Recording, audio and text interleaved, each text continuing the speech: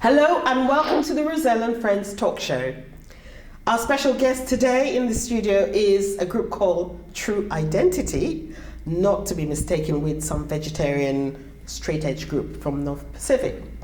Our True Identity is homegrown, born here in the UK. Today we have two, but you're a trio. So welcome to the show, Rowena and Joanne. Thank you very much. It's a pleasure to have you. Really it is. So ladies, tell us the name True Identity. Wonderful. Those two words, to me, they are so dynamic. What does it mean to you? True identity is really an explanation of who we are. Mm-hmm. So if we look at the two words, true, meaning true to yourself, having integrity, being true to others. Yes. Upstanding. Identity, meaning knowing who you are and staying true to who you are. Right. So they are quite powerful in themselves, but they explain, I think, who we are. Right. Yeah, and I would say, we've built that into our slogan, which is never lose your true identity. Absolutely. Yes. Fantastic. Well, you grew up in South London. Your other member is Pam, who lives a block away from you, I think, at the time, exactly. When you all began, yes. Yeah. And so you started in the church? We did, yes. As very young people. Yes. We represented a choir called the Brixton choir. We were part of a larger body of churches, being run by an overseer called Overseer Francis, which is John Francis's father at the time. Yeah. And we were a small congregation, but we learned the ropes of the way how a Jamaican church was run. Right. So our hymn books were the Sankey. The Sankey hymn books. Sacred Songs of Solo. Yes. And all of those hymns that we learned that was sung in Jamaica, we sang them here as children. Right, yes. Yes. So there's that transformation of Jamaica here in Brixton. Definitely. Okay. Yes. And the influence of that on your lives, isn't it? That has made you what you are today. Absolutely. And so when you say true identity, you are connoting something to do with culture as well, a kind of cultural heritage, isn't it?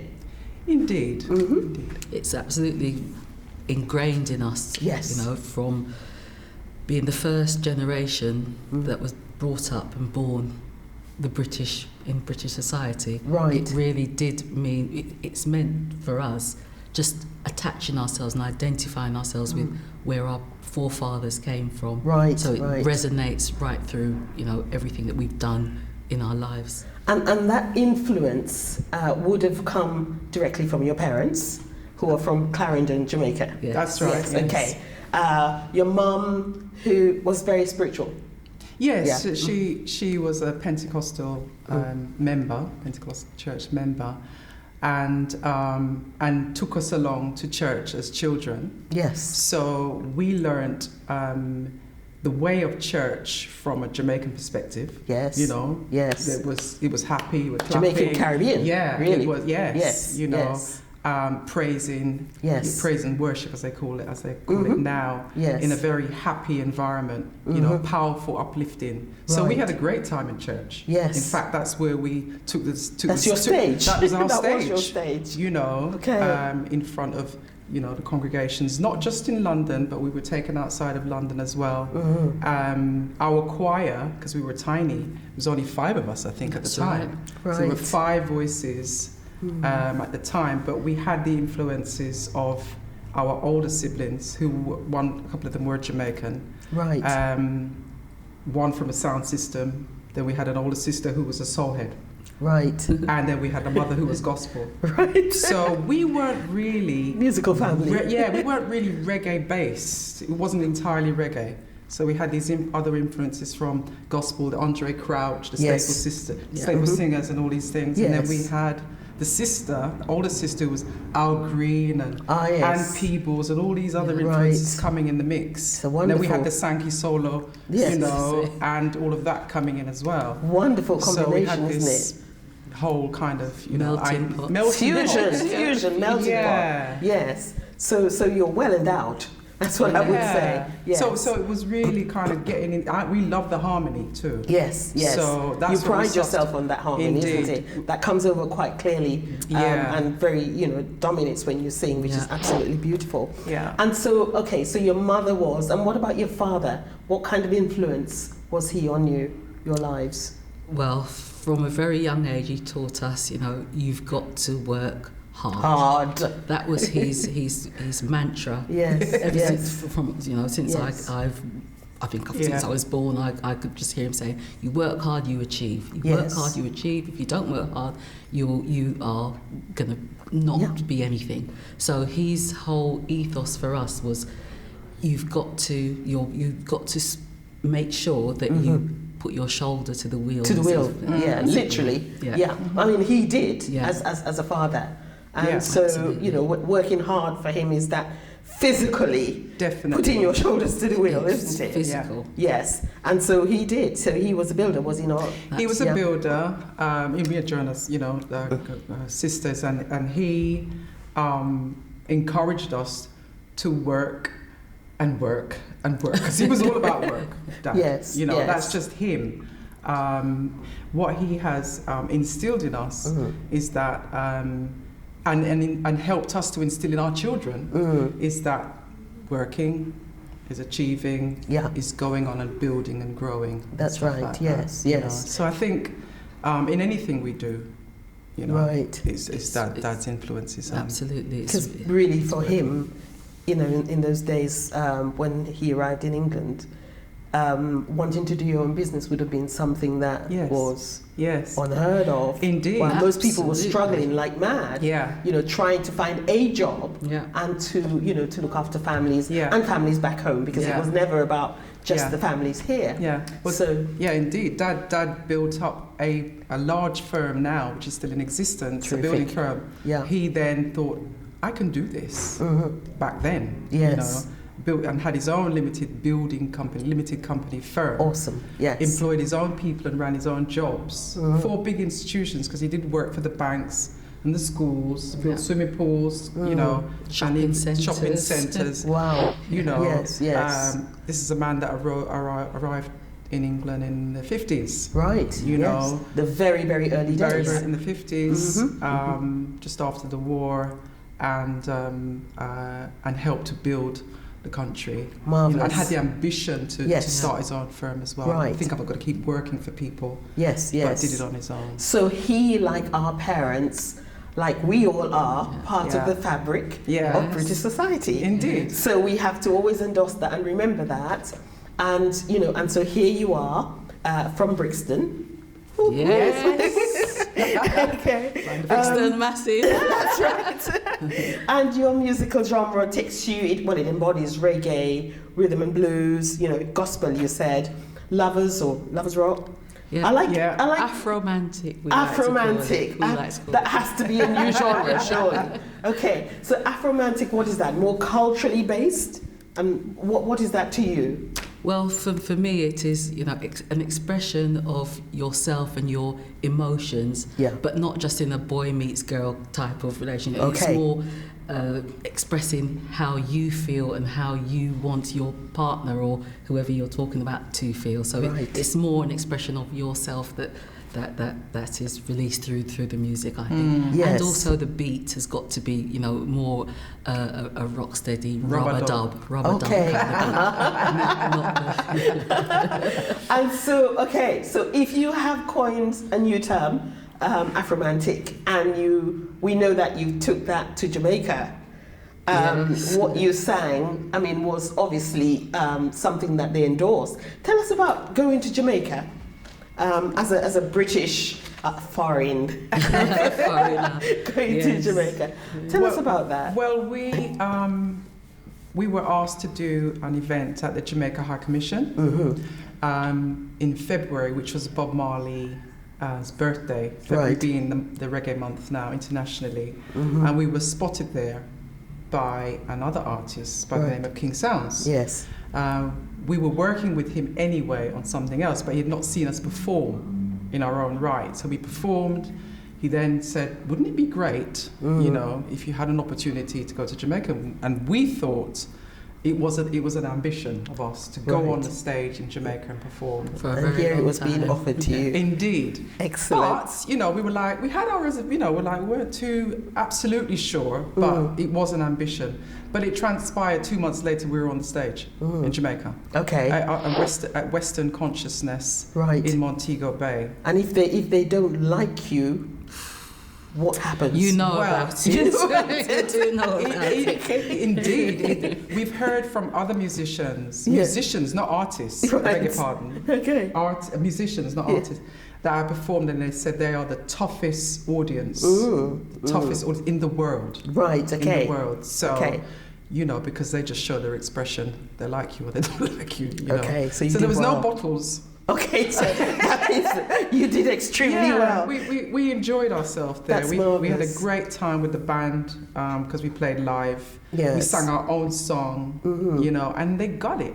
Right. They understood what we were singing. Of We sang a course. song called Coming Home. You connected. Yeah. Yes. And they were receptive. Right. Yeah, they were really receptive until, you know, they started, they normally blow those horns, you know, folk horns. Yeah. And they were cheering, which was really something. That was good. It That's felt good. really good, and it felt as though You really we were at home. endorsed. And Yes. we, you know, we We came could home. now say, yep. That's it, you made it. Done. So, okay, so that's home. Growing up in the 1970s, 80s were tough times. Yeah. And so part of that socialist movement where young people were having to deal with, you know, the things that were happening there, the Thatcher era and, you know, and so on. What was that like for you? I mean, I understand that you performed for the Socialist Party. Yeah. Right. Tell us something about that. So we were, I don't know if you wanted to say, we were performing up down the country as True Identity, the band. Yes. And we were spotted by the Young Socialist Party, who were the extreme left of the Labour Party.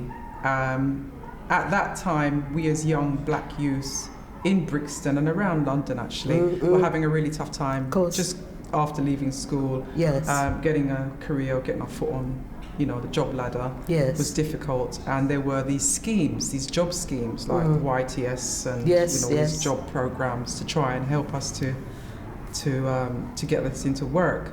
But it was a struggle. Yes. And at that time, we then had the riots. Of course, 1981. You know, we had the riots. So you performed. I remember that very well. Really? Yeah. Yes. Joanne can tell you what we did. This was during the riots? This was during the riots. Right. We lived about, I would say, maybe a 2-minute walk from central Brixton. So my sister and I took it upon ourselves to say, what's going on? What's all the fuss? We walked out and we went down into the riots, and we were, that whole scene of brokers, smashed glasses, police running, people with TVs on their back. We were amongst all of that, and just we were observers, obviously, because we were quite young then. Yes. But it was such an eye-opening experience, and then it resonated with us to just look at what was happening to young people, and I think that's what drew us closer to, you know, that whole social movement of trying to express ourselves in the best way that we knew how. To remedy the situation, really. Absolutely. And so you played, and Tony Benn was amongst those in the audience. Did, So we played at Young Socialist Party, and then they took us to an event in West London. And Tony Benn was in the audience. Right. And he was quite receptive. So he was a fan. He listened to us. And I don't know if we actually sang the song we wrote, because after we saw the riots, we came back and wrote a song called Babylon Are Run. Babylon was That's what we saw. That's what we saw. You know, and it's Babylon Are Run, the black and white are unite, them are put up a fight. Those are the lyrics that we came back with. And you know, it really was that. Yes. It really was so it's part of that whole history. You were part of that whole history growing up. And today you are saying to young people what? What will you say to young people? Firstly, they've got to believe in themselves. They've got to stay true to themselves. Absolutely. They must present themselves in the way that, you know, would make them and their parents and their in the spirit proud. Yes, yes, yes. And never give up. Yes. Because that really is the key. You've always got to keep going, and Right. don't see disappointments, as a negative blow to you. No. You've got to take the Time to positives change. Yes. from that Yes. and learn and grow and keep pushing Yes, on. and perhaps surrounding yourself with people who can help to nurture you. Absolutely. Because it's harder when you're on your own and you Definitely. feel isolated, isn't it? So, there are groups, there are organizations, there are churches, there are people in the community, that have a wealth of information and knowledge like you have. You've just told us your social and perhaps political and cultural history. Just sitting here in this few minutes. Yes. And it's something that we have to always document so that the young people could be inspired. And it may be that they're going through tough times and they're in a hard place at the moment. That your histories, having gone through those tough periods, and coming out and sitting here as beautiful as you do, to tell us about it. That is an absolutely fantastic thing. It's wonderful. So where now? What happens now? Where does True Identity go? Well, we have executively produced our first EP. Yes. So we did that on our own. Yes. Title? Coming Home. Coming Home. Coming Home. It's still available in the shops, and we're working on our second EP, right? Which we hope to release later on this year. And having performed in Jamaica and in Africa, we would like to try and enter Europe. Yep. So those are the kind of aspirations we have. So our second EP launch, and then go into Europe, maybe on the festival circuit. And it ties up with what you said about not giving up. Absolutely. Isn't it? Every stage is just another part of that journey. Yeah. And it takes you, and But I think having good, strong parents like you have, has helped you stood the course of time, isn't it? Indeed. And that is a wonderful thing, and just keep empowering the youths and do what you do best, which is absolutely fantastic. Indeed. Ladies, thank you very much for coming to our show and telling the world about who you are and where you're going. Yes. Thank you. So Thank you very much. Yes. Thank you. God bless you. Thank you.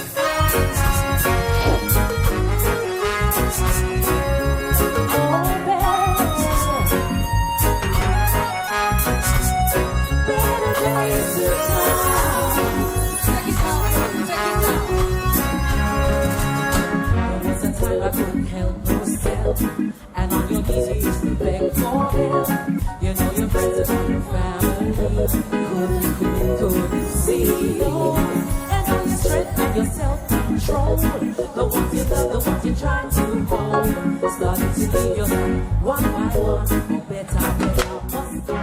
And it's true, you knew that better days would come. It's true, you knew that better days will come. Better days are gonna come.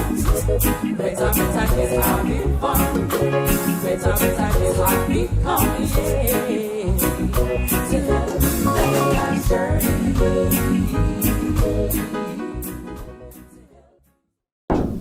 Hello and welcome to the Roselle and Friends Kitchen. It's a new year and we're continuing to bring to you, in fact, fresh home-cooked food. Today we have in the studio again, by popular demand, I must say, Joyson. Joyson, what will you cook for us today? Today I'm going to cook for us red mullet with coriander and garlic mash and a nice little ratatouille veg. That sounds ideal. Right. Calories-wise, Yeah. at this time of the year... A winter warmer, definitely. That's It'll keep right. you warm for winter, so Right. it's nice and cheap on price. The red mullet is in everyone's price range. Right. January is a hard month for everybody, so yes. it's definitely something you can pick up from the Nutritious, shop for next to nothing. fresh. Yeah, Yeah. absolutely. Okay. So what we're going to do here is we're going to keep everything really simple, Yes. but yes. at the same time have loads of flavour. It's Yes. really earthy, so it's something that you will fill your tummy. You Okay. won't ever feel like you've missed out on anything right. at all. Right. Okay. So we're going to give this mash a little. Yes. Yeah, it's a nice little mash. I'm using Mary's pipers for this one. Mary's Okay. pipers are good at this time of year. At this time, yes. Yeah, perfect in season. You can get them for next to nothing again. So Yes. price-wise, I mean, 25 kilo bag you can get for £5. A little bit of whole milk. not too much, just to cool it down. So just enough. Right. Nice little bit of in salt in there. This is sea salt, so you've got to be careful with sea salt, but I prefer it to table salt, to be honest. Yes. A little bit in there. Got some garlic Ah. and the wonderful garlic crusher. As well, to give it that flavour. Yeah, a little bit of garlic in there, just to give kind it of zest. that At the little same time, a little bite. that little bite to Yes, it. right. So I'm going to use a bit of coriander. Right. I'm actually going to pick the coriander down. You don't really want the stalks in there. Okay. The stalks are nice. They've got loads of flavour. So, but for this, we're just going to keep it nice and clean and tidy, Okay. just to give the mash a nice flavour. It changes it from using something like chives. Okay. Parsley's very nice as well, but I don't think it would go very well with this dish. Give that a nice little mix. So on this side, what I've got here is I've got some red and some yellow peppers. Yeah. Okay, Nice. sweet peppers. Yeah. I've got one whole white onion, nicely diced, Okay. same sizes. You want the same size Yes. of yes. this veg, so everything cooks perfectly. And I've also got a little bit of chopped courgettes as well. Yes. So in my pan, I'm going to just add a tiny little bit of olive oil, just enough to seal the veg off. So first thing we're going to add is going to be the peppers. All the peppers go inside, nice sizzling, so you know it's nice and hot. And then the second thing we're going to add is going to be the courgettes. Just because the peppers and the courgettes take a little bit longer to cook than the onion will, and we don't want too much colour. So now at this stage, I'm going to add maybe half. Actually, I'm going to add all the onions in. Onions always give you a really, really nice flavour. Nice. 4 nice spoonfuls of chopped tomatoes. So the last secret ingredient we're going to add is actually going to be 2 teaspoons of sugar. The sugar is going to bring the sweetness out in our chopped tomatoes. Again, it's going to help just with flavour. It's going to make everything on this plate completely come together. Before we cook the fish, I've basically put a few slits inside. This is going to help your fish to cook perfectly, evenly, from the back all the way round to the front. Right, so I'm going to add just a tiny little bit of olive oil on top of our fish. Just a tiny little bit. Okay. Before I get my hands in there, just a little bit of pepper and a little bit of salt, just to help our skin crisp up and it takes some nice flavours. Let's give that a nice mix. And as our pan is almost ready, notice I've added no oil into this pan, just nice on the verge of smoking. Skin side down, both bits, and hold it down. Holding it down is going to stop your fish from curling up, and it's going to make sure that your skin stays nice and crispy. Tiny little bit of salt, just a tiny bit. Don't go too far with your salt and pepper, remember. Your mashed potato, your ratatouille veg is full of flavour, so you really don't need too much. And as you can see, it's already taken such nice colour. Trying to burn me at the same time, but that's not a problem.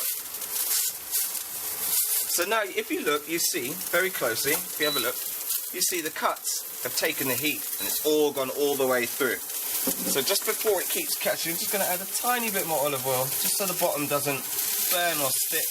And again, this is only going to take another minute. Once this minute is over, your fish is completely cooked all the way through. We're going to go and we're going to plate up, and I'll show you how to make this look amazing on a plate. Right, so what you now have is a blend of fantastic colours. The sharp red and green there with your white and green mash contrast. again, yeah. And then of course the fish. And the bread You're roll, going to yeah. put it all together. I'm going to put it all together. So Right. on this one, I'm going to use a ring, just to keep it nice and in the middle of the plate. So I get 2 nice big spoons of mash in there. Just put it down. You don't necessarily need the ring sometimes, but sometimes it's nice, especially if you've got friends over, beautiful presentation. That's right. It means something. Is everything. Definitely means something. So now I'm going to put some ratatouille right around the side. That so there you can ratatouille see. is absolutely And fantastic, everything is isn't still it? nice and crispy. Yeah. Nice and moist. All your flavours are in there. Vegetables look nice and firm as well. So we're going to get some all around the side. Ratatouille isn't supposed to be completely wet. It's meant to be almost dry, almost wet, just bordering. Nice consistency there. Very nice. Yes. It's got garlic. It's just a beautiful blend. Smells great too. Perfect for this time of year. With our fish now, we are going to go 1, and we're going to go 2. Wow. Wow. So even if you are on a budget, you're still going to be able to produce this dish. It is still so much delightful. there. Look at that. So we're going to, as it's fish, we're going to make sure that the fish gets a little squeeze of lemon Oh, on yes, fish is yes, always, yes. always very nice. That And tops we're it. just going to finish it off with a sprig of coriander. Absolutely delightful. And then here we have red mullet, a garlic and coriander mash with ratatouille in Ratatouille. each. Voila. Fantastic.